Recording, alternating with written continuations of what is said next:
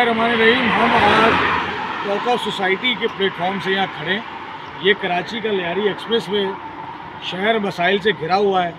आप देख सकते हैं कि चारों जानिब यहाँ पे टैक्स लेने के बावजूद भी अल्हम्दुलिल्लाह बिल्कुल अंधेरा है। चूँकि सिंध में साईं सरकार का राज है, आप कह नहीं सकते, बोल नहीं सकते, मसले बयान करते हुए आपको खौफ आता है कि कहीं सरकारी मुद्दत में आप पर मुकदमे दर्ज ना हो जाए।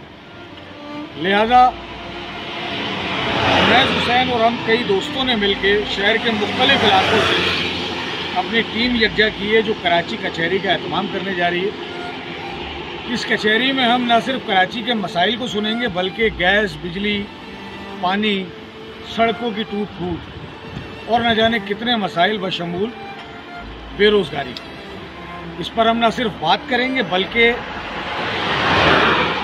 ग्रेजुअली हम तमाम इलाकों में इस कचहरी का एहतमाम करेंगे पूरे शहर में, और वहाँ के नुमाइंदों को हम इनवाइट करेंगे, खा वो वहाँ का MP हो, MNA हो या DC हो, और उनसे आपकी मुलाकात भी कराएंगे और आपके मसाइल उनके सामने रखेंगे, और उस वक्त तक नहीं उठेंगे जब तक आपके मसले हल ना हो। तो इंशाल्लाह नेक्स्ट वीक से हम इसका स्टार्ट करने लगे। हमारा पहला पड़ाव होगा स्कीम 33। चूँकि चोरी, डकैती और इस तरह की कई वारदातें, मैं भी पिछले दिनों वहीं लुटा था, आप लोगों ने देखा, और वो चूँकि मेरी आवाज़ दोस्तों ने इस कदर फैला दी कि वो एक तवाना आवाज़ बन गई, तो वो मसला हल हुआ और गिरफ्तारी अमल में आ गई। वगरना शहर में सुनने वाला कोई नहीं है। ये शहर सियासी तौर पे यतीम हो चुका है। बाकी हमारे दोस्त उमैस हुसैन इस हवाले से मज़ीद बात करेंगे, हमारे साथ मौजूद है, हमारे लिए एजाज़ है। जी उमैस। उमैर अली अंजुम एक बड़ा नाम, और कराची के मसले मसाइल। आज कराची के रहने वाले वो मुकामी लोग जो परेशान हैं, हम बहुत परेशान हैं। हमारी बुनियादी जो सहूलत है आपने हमें देनी चाहिए थी, जो बुनियादी सहूलत आप दे सकते थे हमें, हम उससे महरूम हैं। मैं लियारी एक्सप्रेस में खड़ा हूँ, जहाँ तक आपकी नज़रें जा रही हैं सिर्फ अंधेरा है। अभी लियारी एक्सप्रेस में मैं चढ़ा हूँ, लियारी एक्सप्रेस में भी मैं चढ़ा हूँ। 30 रुपये आपने टैक्स दिया है। ये 30 रुपये करके कितना टैक्स लेते हैं आप?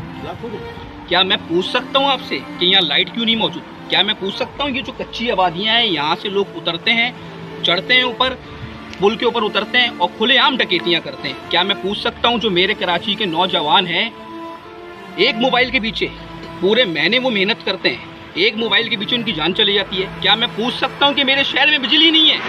क्या मैं पूछ सकता हूँ कि मेरे शहर में गैस नहीं है? क्या मैं पूछ सकता हूँ कि मेरे शहर में पानी नहीं है? भाई, इतने मसले मसाइल क्यों हैं? कौन इसका हल निकालेगा? कौन इसका हल तलाश करेगा?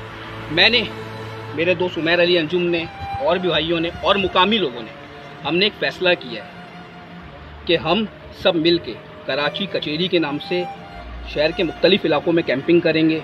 स्कीम 33 से उसका आगाज़ करेंगे। हमारी कोशिश इतनी है, देखिए कोई सियासी मामलात नहीं है, हम टोका सोसाइटी के प्लेटफॉर्म से कर रहे हैं, माजी गवाह पिछले 8 साल से कर रहे हैं, अपनी मदद आप कर रहे हैं, आज तक किसी से फंड नहीं लिया। कोशिश करते हैं उमैर भाई, हमेशा अपनी मदद आप हम काम करते हैं, इस बार भी हम अपनी मदद आप कर रहे हैं। क्यों करते हैं?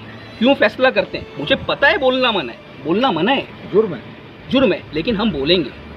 हमारा किसी सियासी पार्टी से कोई बैकग्राउंड नहीं है, हमारा आपसे ताल्लुक़ है, इधर के रहने वाले नौजवानों से ताल्लुक़ है। उठें, हमारा साथ दें, कोई भी मसले मसाइल हो, आए कैंप पे आके बताएं।